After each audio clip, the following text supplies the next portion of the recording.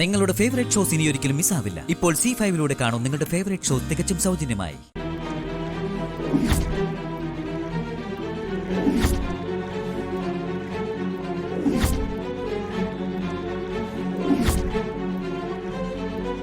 നല്ല സുന്ദരി കുട്ടികളല്ലേ മൂന്നാളും? നന്നേ ചെറുപ്പത്തിൽ എനിക്ക് അവരെ നഷ്ടപ്പെട്ടു. ഇവരൊക്കെ ഇപ്പൊ വളർന്നു. പക്ഷെ എവിടെ ഉണ്ടെന്നോ എങ്ങനെ ഉണ്ടെന്നോ എനിക്കറിയില്ല.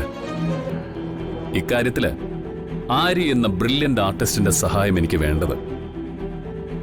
ഇവരുടെ ഇപ്പോഴത്തെ രൂപം എങ്ങനെയാണെന്ന് ആരി എനിക്കൊന്ന് വരച്ചു തരണം. That's A task now. ഇതാണ് പാവം രാധ. ആദ്യം ഈ രാധയുടെ ഇപ്പോഴത്തെ രൂപം ആര്യ വരയ്ക്ക്. അത് കഴിഞ്ഞിട്ട് തനിക്ക് പോവാം. വരച്ചാൽ മാത്രമേ നീ ഇവിടെ നിന്ന് പോവൂ.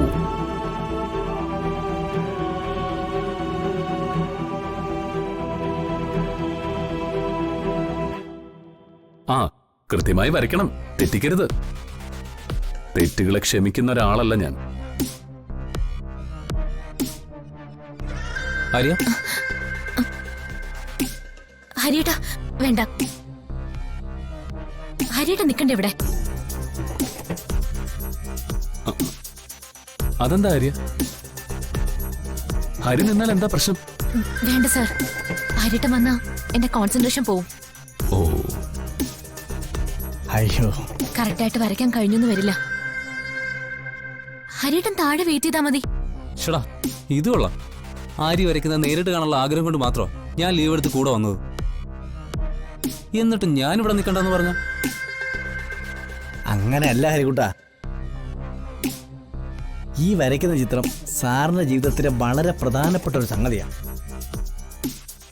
ഹരി നിൽക്കുമ്പോൾ വരയ്ക്കാൻ ഈ കുട്ടിക്ക് കോൺഫിഡൻസ് ഇല്ലെന്ന് പറഞ്ഞാൽ അങ്ങ് മാറിക്കൊടുക്കുന്നതല്ലേ നല്ലത്. ശരി ശരി, ആയിക്കോട്ടെ. ഞാനായിട്ട് ആരെയും ശല്യപ്പെടുത്തുന്നില്ല. ഞാൻ പോയേക്കാം.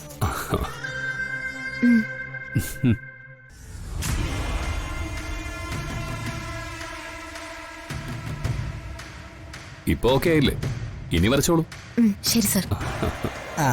സാർ ഒരു മിനിറ്റ് ഒന്ന് വരൂ. സാർ ഒന്ന് വരൂ.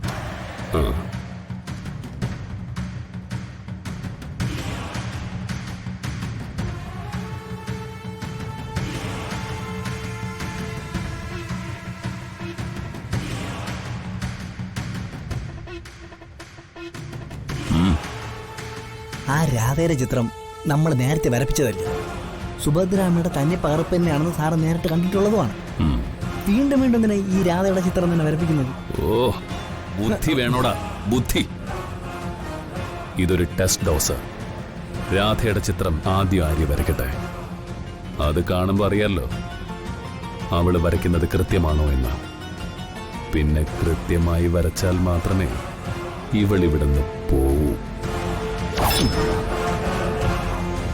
മേഘനാഥൻ വിധിയല്ലെന്ന് നീ എങ്കിലും ഒന്ന് മനസ്സിലാക്കിക്കോ.